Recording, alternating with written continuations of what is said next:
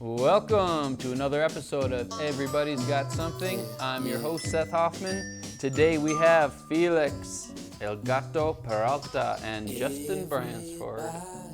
South Valley troubadour, bass player, musicians. What a joy. Here we are. Yeah, thanks for having us. Yes. All right. Well, Felix, first off, it is a true honor just to get to sit and chat with you and have you on the show and thanks, man. get to hear a little bit about your story.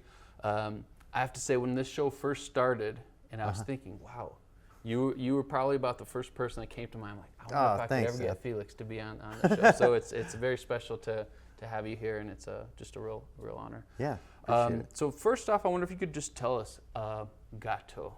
I've always wondered. Yeah. Was that a nickname growing up? How did that come about? Yeah, I mean, I don't think I used that like in high school, but it was pretty much when I started playing music. Some of the musicians or whatnot. Yes. Yes. Cat, Felix. Felix the cat. Yeah. Okay. Right. So then they're all Gato. Los I'm like, Gatos. okay, I like that. Nice. And next thing you know, it's stuck. Yes. Yeah. And so, tell us a little bit just about where you're from. I know you're this New Mexico, but a little bit about just your early days coming into this world. Yeah, my mom's side is from Tomé, New Mexico. And which part of that's southern New Mexico. It's about an hour south of Albuquerque. And then my dad's side was from La Jolla, which is where Roberto Grego, Arriba Nuevo Mexico song is from. He's my cousin. All right. So yeah, that's about an hour and a half south of Albuquerque. Okay, so that's where they were from, and then they came. And then they moved, to the South Valley. Yeah. And here I am. I grew up in the South Valley. I graduated from Rio Grande High School. Okay, and where'd you go to, elementary school? Atrisco. Atrisco. Okay. Yes. Okay. Yes. Yeah. And I still know two friends from kindergarten. Okay. I get to see. From kinder, very cool. Yeah, and we'd get together sometimes. It's pretty cool. And were you interested in music? Were you playing at that age, or was it around you? Yeah, definitely. Looking back, I could. Of course, my grandpa played accordion, and I just posted a picture on Facebook. But yeah, my grandpa played accordion. My cousin played accordion, and then my uncle played guitar. So they were always playing. So you were just, before you even thought to pick up an instrument, it was around you. It was always around. People, they loved the music. They loved to go dance, and anything that happened, birthdays or whatnot, they'd pull out their instruments and holidays. And was that something that was encouraged for you to do, or did you kind of be lying around and you'd start plucking away? How did it start? I think I think for me it was my brother had a guitar, and he never played it, so I was always trying to pluck on it, and then I got a keyboard, and then. And this was what age? Oh, I'd say I was probably in 5th grade, Okay. and then middle school I started playing a little bit. And did you take lessons, or someone say, "Hey, here's how you form a chord," or you just kind of just mess around? It wasn't until maybe when I was a freshman or maybe 8th grade, my other cousin played guitar, and he helped teach me a few chords, and just those few chords. That's all I needed, And from there, they're like, okay, well, he's interested in it. So then I think my dad bought me a better guitar. That was nicer. That was the first one that was Felix's guitar. Yeah. They're wow. Do you remember what? I remember going with my mom to the Mark's Guitar Center. Oh, on Central? Right here, or on Central. And across from the Frontier? Yeah, across from the Frontier. And then I was like, the guy was nice. It was I think it was a Bentley. Oh, that was the name of the guitar. I was like, wow, I got a Bentley, man. Nice. This is cool, dude. So yeah, I strummed that thing for years. And were you singing from the beginning, or at first was it more just guitar? Were they both I together? think I was just the strummer, and then after a while I was like, okay, yeah. And then how long from there did the idea come? Maybe I'd like to play a gig, or maybe I'd like to, play for other people. My cousin that showed me the first chords, he was playing bass with this guy that's still my friend, who taught me even more guitar and gigging. Yeah. And I was like their roadie. Yeah. When I was 16, And so when he kind of taught me that stuff, from there, I was like totally into getting a gig. Mm-hmm. And how old were you at that point? I was probably like 17. Okay. You know. And were you playing with other people, or was it like solo? I had my best friend from high school. He was like a cool, Jim Morrison sounding guy. Okay. Uh-huh. So we, and I'd strum and he'd sing. So at that point, it was just us. And then after that, and you played a gig together, or you had the idea at that point? You had the idea, and then it was just a little later, maybe like another year, I started getting like small gigs with I think it was maybe downtown or something, but just kind of a rockin', punk rocks, whatever. Do you remember like that feeling of either that one or one of the first ones of like kind of showing up to a place? Oh yeah. Setting up. Do you remember what you were feeling? Yeah, I think I still feel that. Is that showing right? up to a gig? Yeah. Yeah. What's it like? What goes on through Well, I guess head? when I wake up in the morning, I'm like, oh wow, I have a gig today. So this is going to be fun. This is great. So I think I still feel that, or I remember that feeling. And were you nervous, or were you like, this is gonna be awesome, or a little bit of both, or what was it? I think back then I was more like, oh yeah, I'm cool, whatever. I didn't really think about. Yeah. But it was a lot more learning. Sure. But we probably looked cool. I bet. And were you writing songs back then, or what type of songs were you playing? I did. I started writing songs, and a few of those songs, my first girlfriend at the time, she still, she'll text me sometimes, and we're friends, and hey, that one song, do you still? And I'll send her a little clip of me jamming. But yeah, I recorded a lot of them. One of them was "Stranger in This Town." I don't know what I was thinking at 17 or whatever. But it was like, I'm sure at 17 we all feel like a stranger in the town. I bet. Yeah. So yeah, I had, and then some love songs, but all just acoustic. Okay. Okay. So the whole first chapter of your music was straight acoustic. Yeah, it was all acoustic, and then I got an electric, and then I remember like the Jimi Hendrix Blues box set came out. Okay. And I was like, oh, this is cool. So try some of that. Yeah. So then and then with the guy that was showing me how to gig. Yeah. I was kind of getting into the bar scene. Yeah. Right about then. Yeah. And then I remember I was a bar back.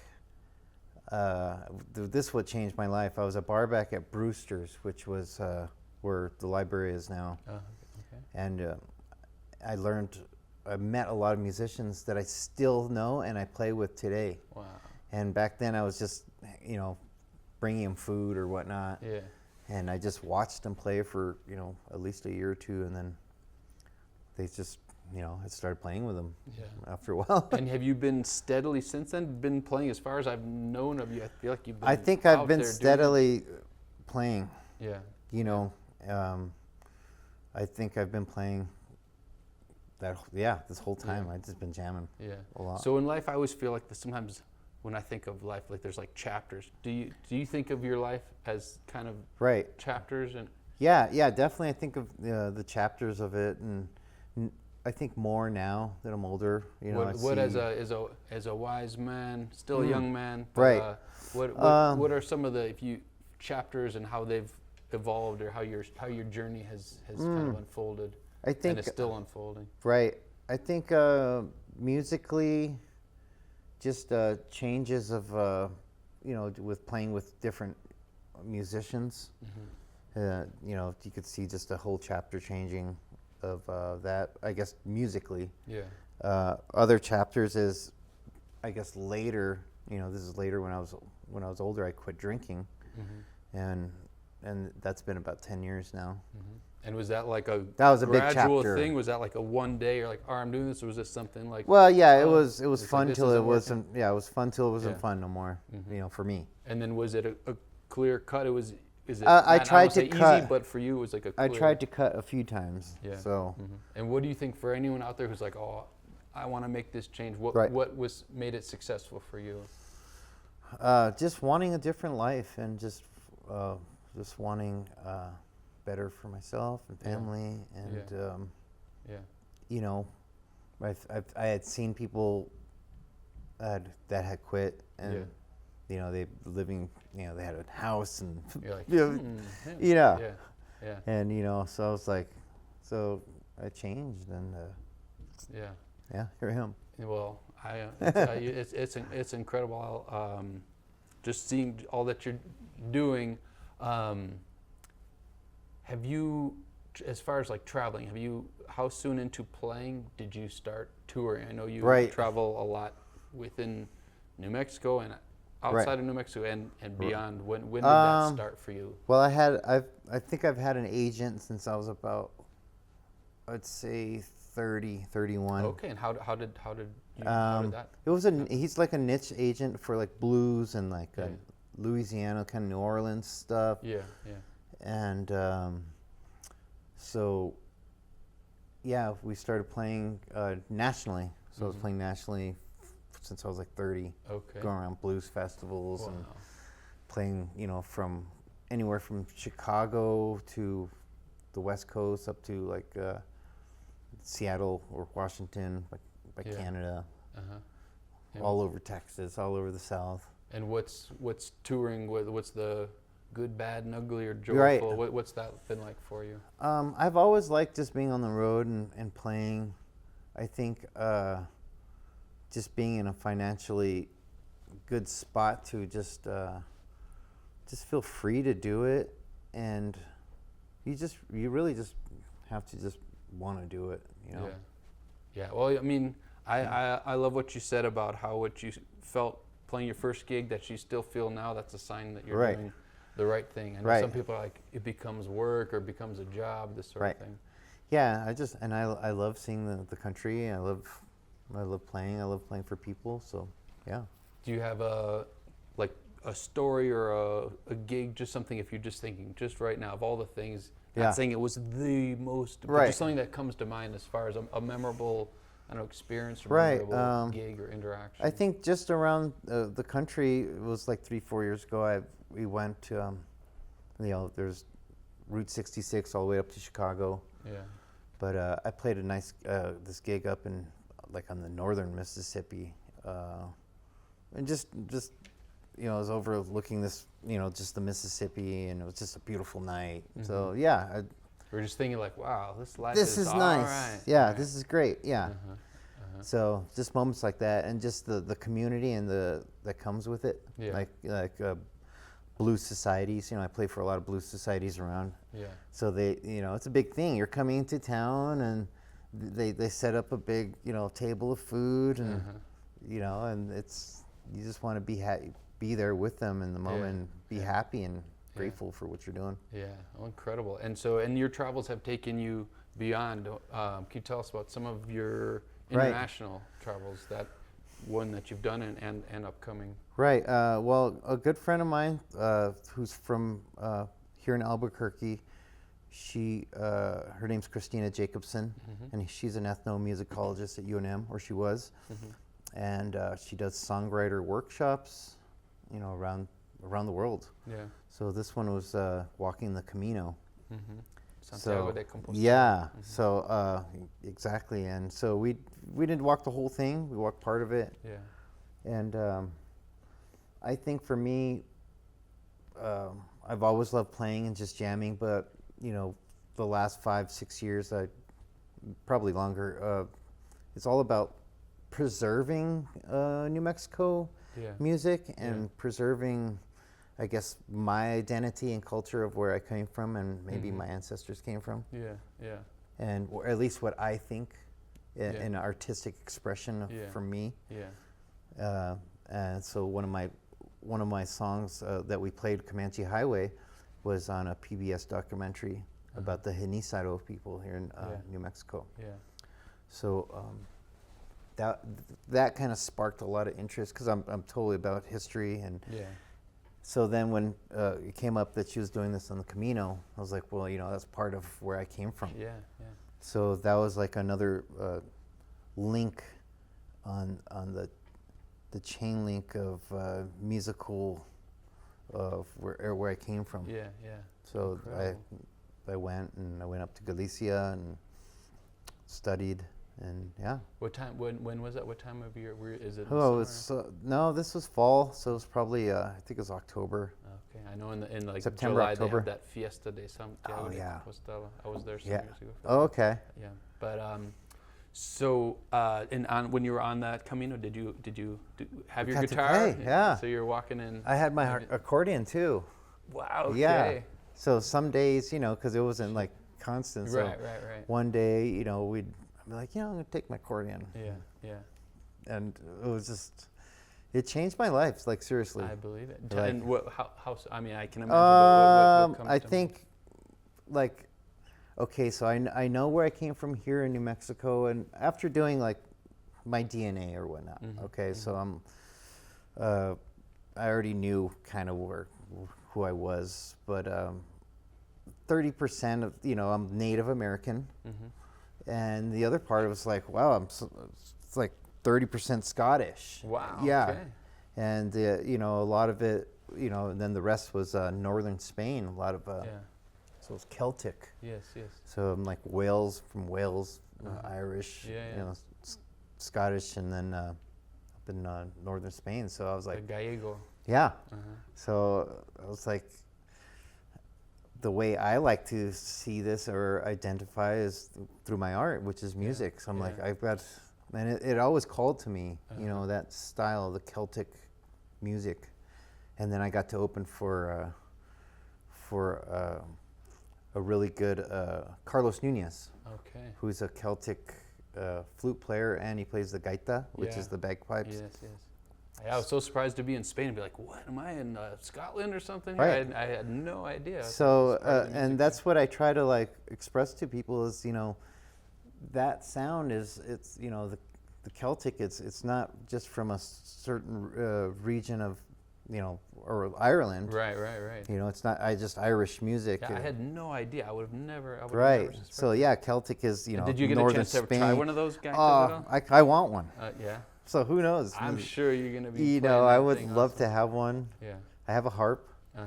But yeah, so that took me to, once I met him, it's like that style opened up for me. Incredible. So I've written songs about it, and I imagine a lot of songs were birthed. I'm sure a lot of songs will still come from that. And that's kind of what I'm doing on this next. Yeah, tell us what's coming. This next chapter, I was with the ethnomusicologist Christina Jacobson. There's a Fulbright scholar from Sardinia who was teaching here at UNM, and he is.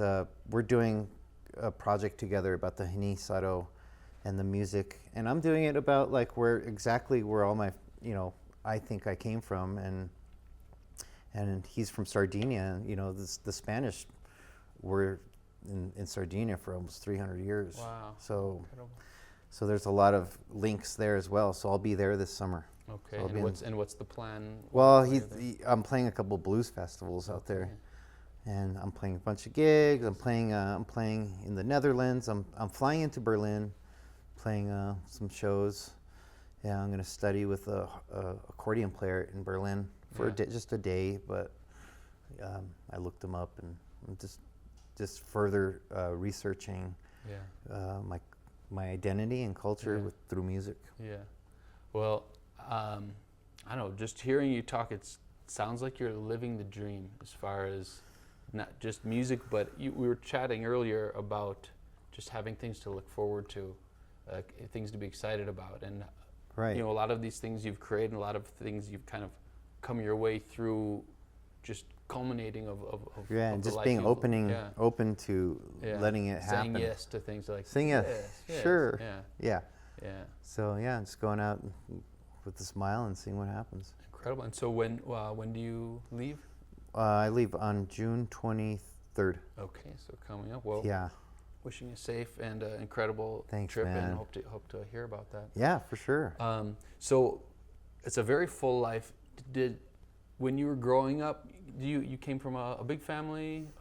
I have an older brother and one older sister. Okay, and so growing up, did you ever think, one day I'd like to have a family? Is that something you're like, other people can have family. This is Right. I'm married to my music, or what? I What is feel that for you? I still have those dreams of like I guess a family, Yeah. but I also feel like the people that I in my circle right now are my family. Yeah. Yeah. Yeah. So and I run a tight ship and tight circle. Yeah. Yeah. Well, I think of you as like the pride of Albuquerque, New Mexico. You just kind of embody that. Thanks, man. Because what you do, you're very down to earth. You're not like one of these people like, too good for to talk to the commoners or something. Yeah, right. Did you have who are when you think back to the people who influenced you, not just musically, but just as far as your character and the kind of person you are? That's a good question. I've had a lot of friends throughout the years, mentors that were just, a lot of them were hardworking, blue collar workers, Yeah. and I grew up with them, or they were older than me and they had made bad decisions, but then they were like, hey, look, I made it out. Yeah. So that always inspires me still, and just my grandpa, I still play his accordion. Wow. So I just want to leave. For me, it's like leaving an imprint of music and of history of New Mexico for me. Yes. Yeah. A lot of people I've noticed who never leave New Mexico, I was like, oh, New Mexico this or Albuquerque this, and it seems like the people who have been here and then know what the rest of the world and come back appreciate it. Right. Even more. I know every time I've ever left New Mexico and Albuquerque, I'm like, this is the best place in the world. I love traveling, but there's something about this. What can you speak to about that? I still think, I feel a strong place of home here, and the food's amazing. Mm-hmm. My family's here. The weather's great. I still feel inspired by the history of New Mexico. Yeah. Of again, like where I came from, on both sides. The Genisaro is Native American and the Spanish blood, and so here I am. Yeah. What do you and I'm sure you don't have so much time off. I know you're playing a lot, you're working a lot, traveling a lot. When you have occasionally those times, what does Felix Peralta like to do for fun or to kind of unwind? I like to write songs. Yeah? I like to write songs. I like to fish. I go fishing with my brother when I can. I live in the mountains, so I still like to work. I like to do my own projects at home. Yeah.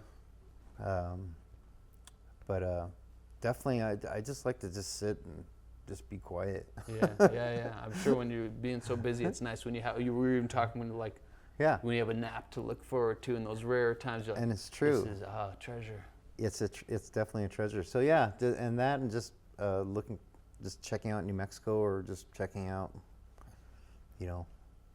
other shows, other people's shows. Yeah. And I've seen you. Will you tell us about your car? I know you posted a little bit about your car, and I thought that was pretty cool. I wanted to ask you about that. That's a '67 Mercury hardtop, 289. It has fuel injection. But it sat for years. It was my dad's. Okay. So it was my dad's, and he bought it with a gleam in his eye, for sure. I remember that. You remember when he bought it, and he wasn't too good with his money. Okay.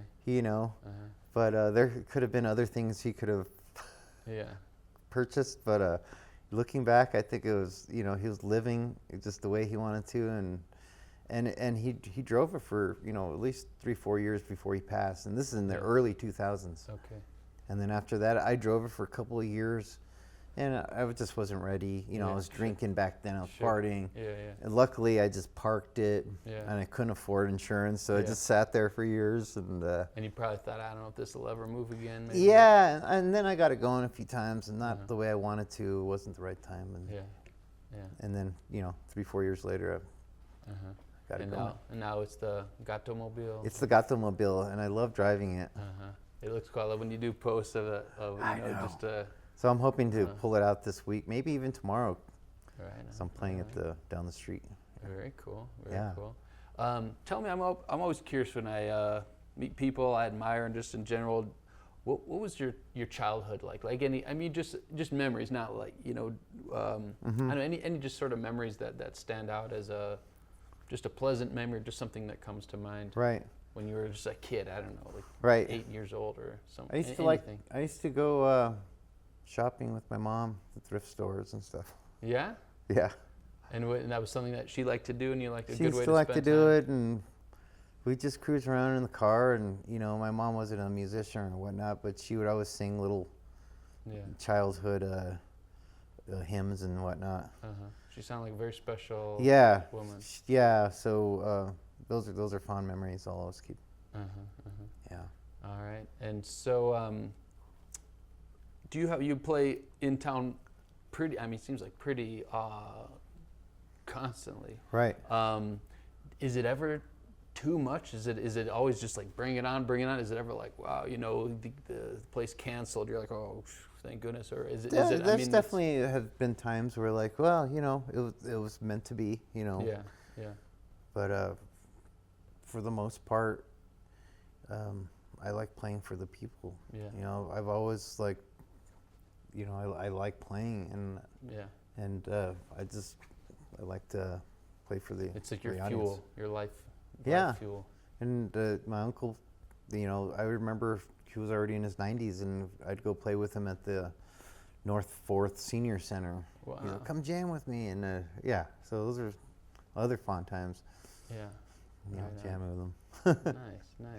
And we're gonna hear in just a little bit. We're gonna hear a song with you and Justin. Yeah. But tell us just a little bit about the varieties of ways people see you. You do some solo.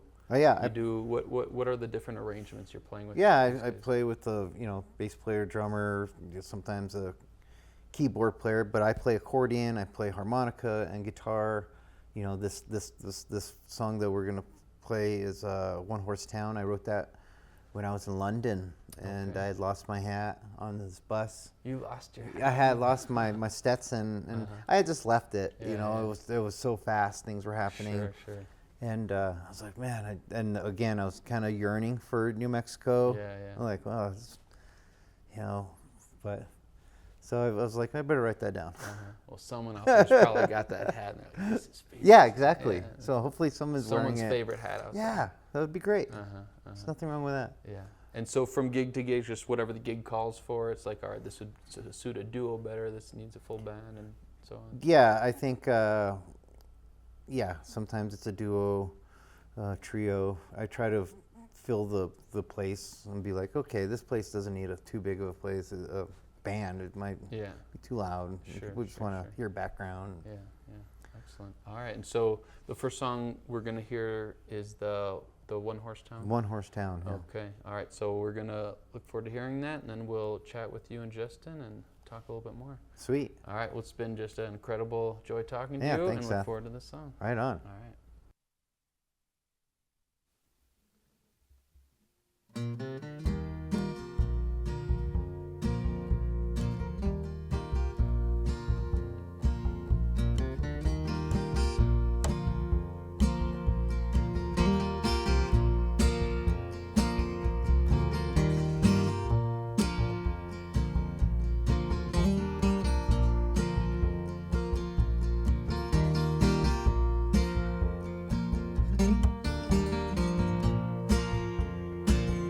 Yes, I'm done on the highway. Just take these dirt roads. Played all my gigs, sung all my shows. Well, here I am alone. Too much pride to feel down. Wishing she would come to this one horse town.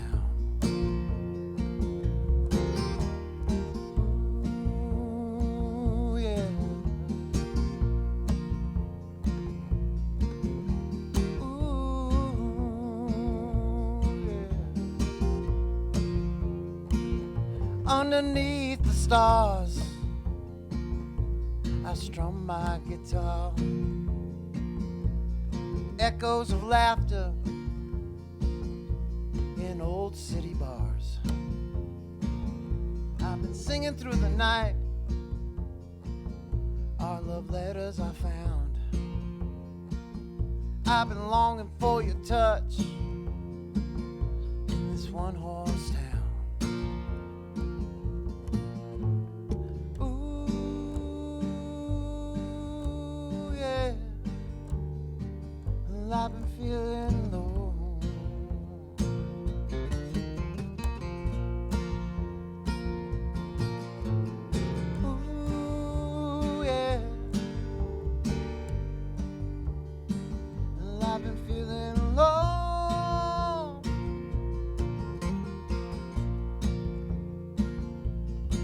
And I'll find my way back home. I'll find my way back home. I'll find my way back home. This one-horse town. This one-horse town.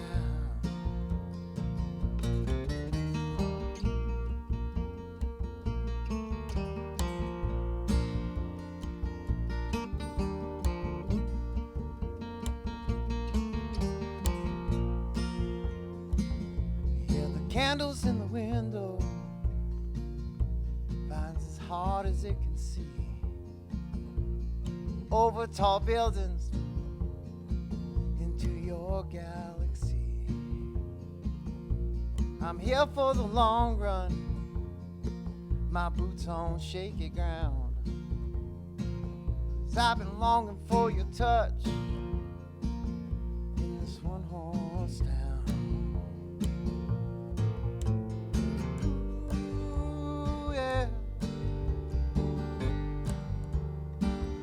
I've been feeling low.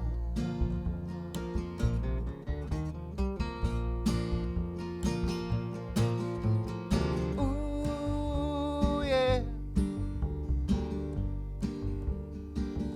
You've been traveling alone.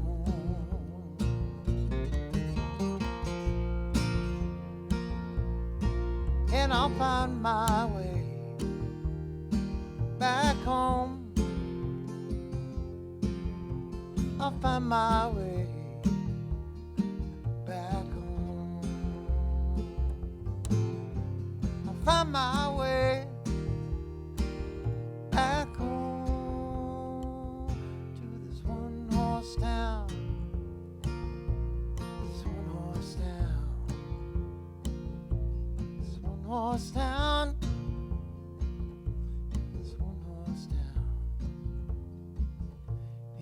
One-horse town.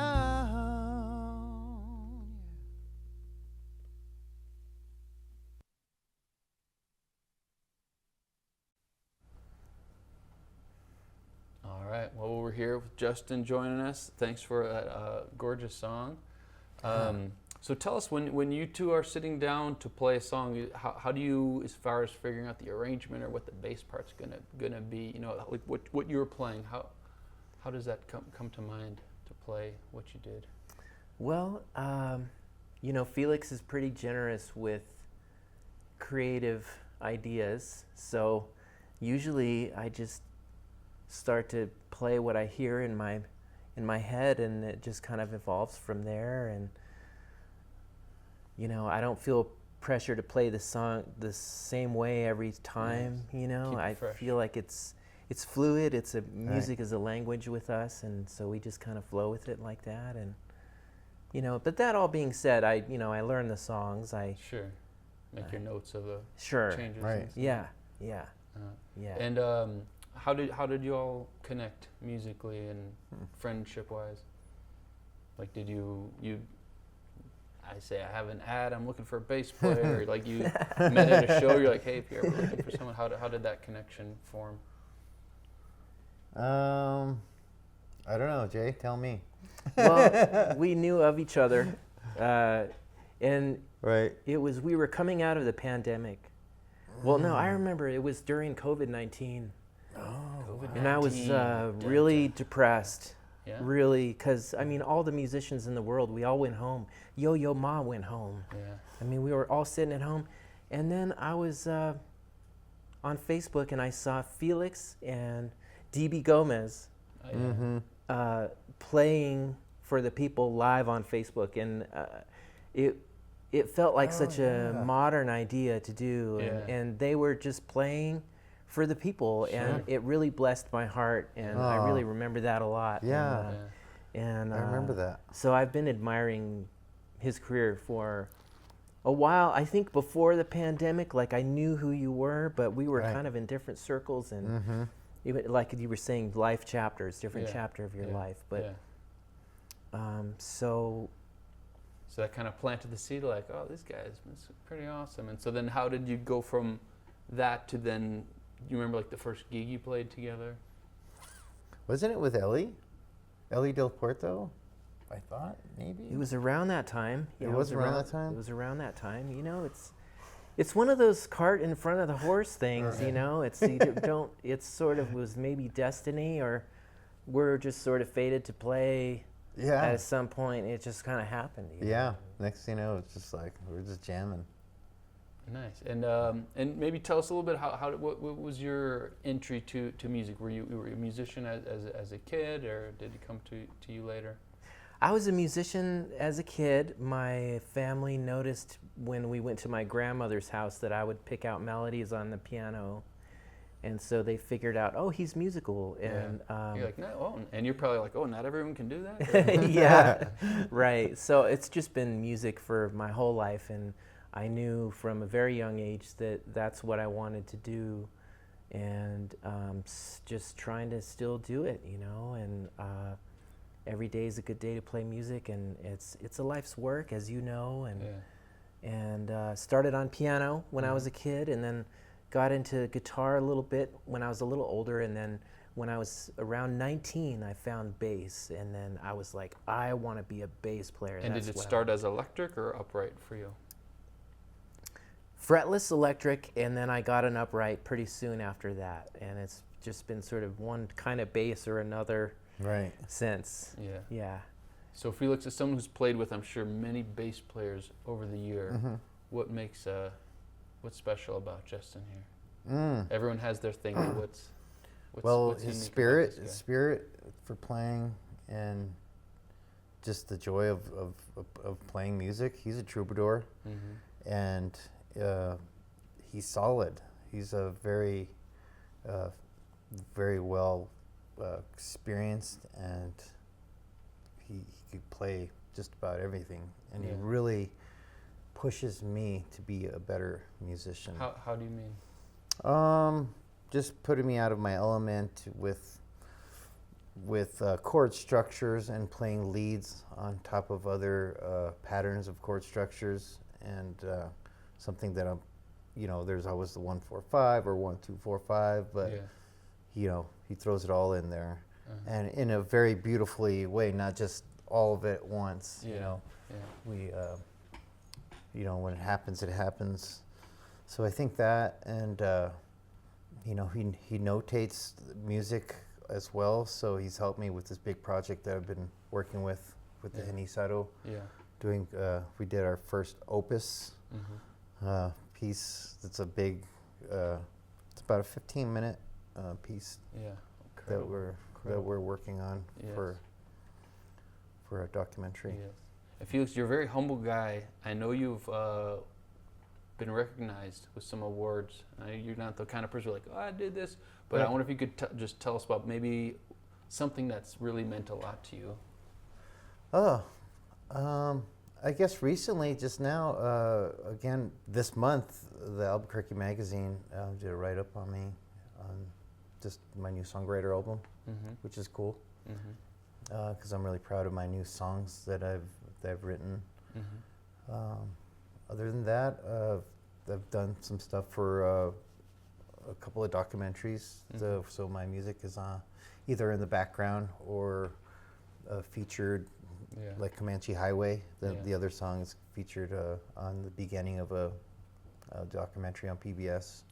Actually, I mean it's kind of worldwide. We went to to the Hollywood movie showing. Yeah. So that was cool. Well, I hope there's, that movie that Bob Dylan, Complete Unknown. I hope they do one about you one man. day. I think that would be pretty cool. I appreciate that. That'd be pretty awesome. Yeah, man. That'd be pretty awesome. Have you all been some traveling gigs on some of the tours? Have you been along have you do more local shows together? Or have you done some traveling together yet?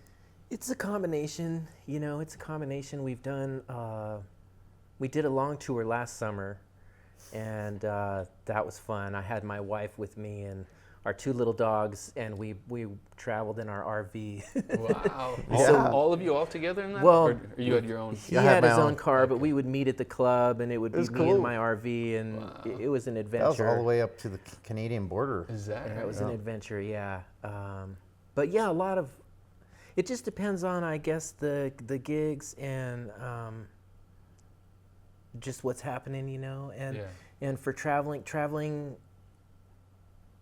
depending on how simple or complicated your life, we have dogs, and it's sometimes it's other considerations for traveling, but sometimes I travel with him. Yeah. And Yeah. so, go ahead. Yeah, go ahead. Yeah, last month in April, we went to Arizona, went to Las Vegas, and he married his now wife. Congratulations. Yeah, thank you. All right. Thank you. So yeah, we had What a journey. yeah, that was great. We had to we had some gigs there. We got Left got a boy, married. came back a man. So it was really nice. Wow, It excellent. was- And that's what advice, for people who are new, starting to do some travels, not just the musical, but personally wise, how to keep things good and positive as musicians and friends on the road? I think just knowing what you're there for, and we love improvising and playing music together on stage, and it's a very magical thing that doesn't happen with certain musicians. So when you Right. find Now, that, some people, they get it, and it's like, this is how it's going to be every yeah. time. and then sometimes it's like, all right, this is good.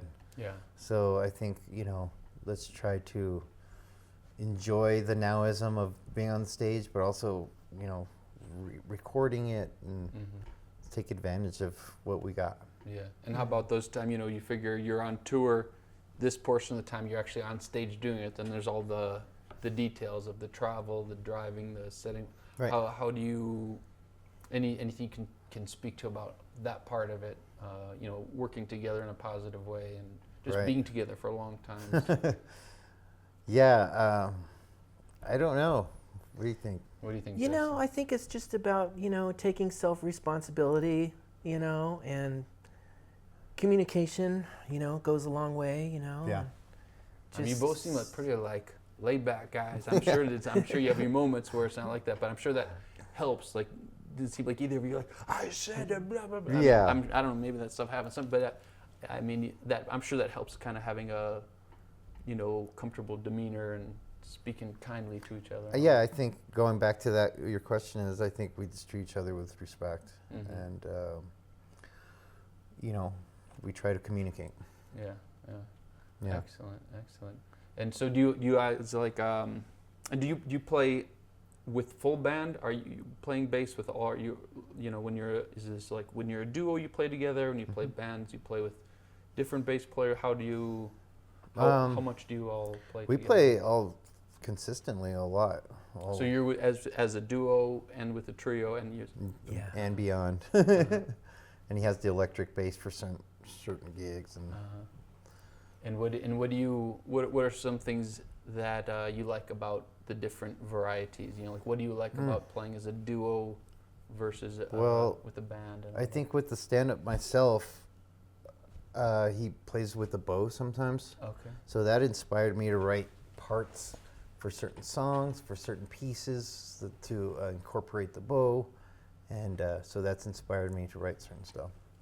Yeah. Yeah. Yeah. Yeah, and just different ideas come out on different days. You might play something. I might have played something yesterday that I might not think to play today because we try to treat music like a conversation. Yeah. Right. And so there's a certain there's a certain amount of that you need to surrender to the music, you know, not that you're a passive. Yeah. You have to be engaged in the music, but you also have to surrender to it in a certain way. Yeah. I think in a group setting, you Yeah. know, and so in that process of surrendering to the music, the path becomes clear or paths that you could take musically Yeah. emerge from that, I think. Yeah, and you learn to just trust your instincts. Yeah. Yeah, because I think as the Gatos, we're very well known for, you know, we have songs, but we're improvised players that play in the now of Yeah. it could go. We don't know where it could go. You know, Yeah. so Yeah. that's kind of what I like about Yeah. you know me and Justin. We Yeah. can- So I imagine like you're pretty recognizable, at least people around here and growing. What's that like for you? I mean, I imagine sometimes you're eating somewhere like, hey, are you so and so? Sometimes I get free tortillas. Sometimes Oh yeah, nice. extra coffee. Nice. That's pretty good deal. But yeah, it's nice. It's just nice to be recognized in the community of Yeah. For something you for love. something that I love and Yeah. for trying to do my part. You Yeah. know. Yeah. Well, you are a gift to New Mexico, and whoever gets to hear your music and Thanks, what, man. what you all create is inspiring and healing, and brings joy to a lot of people. Thank you. So it's very exciting.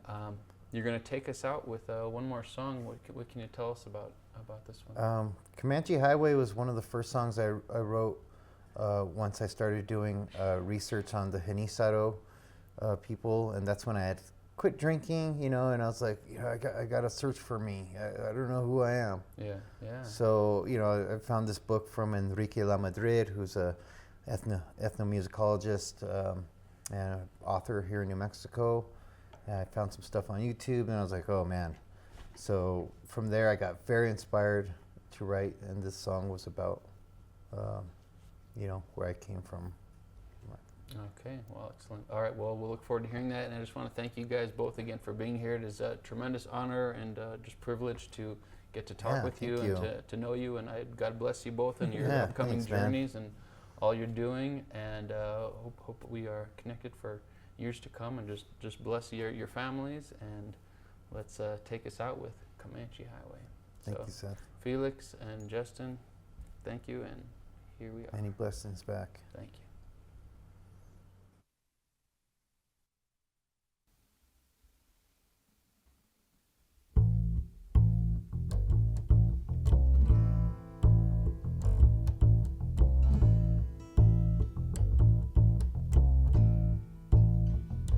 Comanche Highway, passing through the canyon.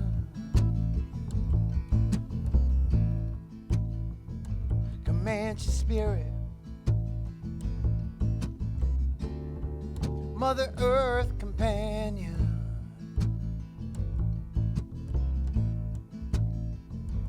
Passing through the unknown. I'm a landless Genízaro.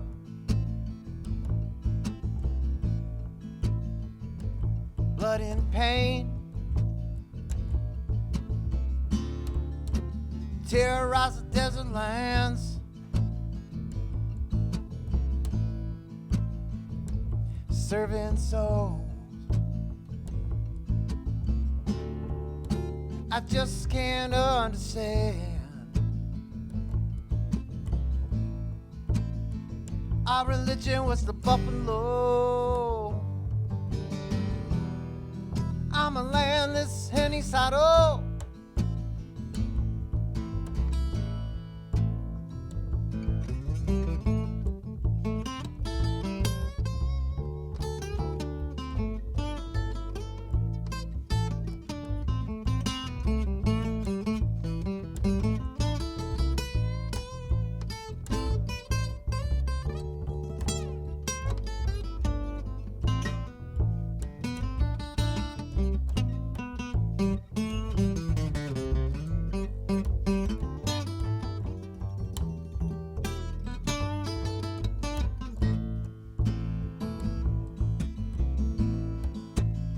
I was once a warrior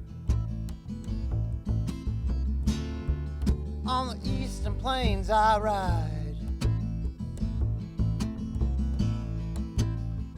enslaved by the Spaniard clan,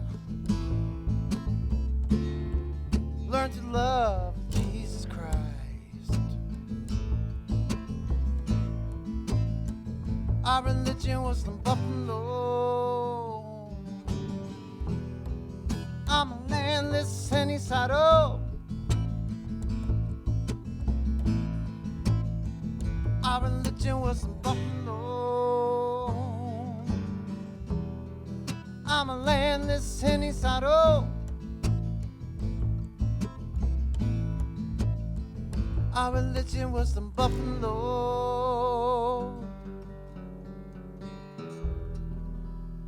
I'm a landless in the saddle.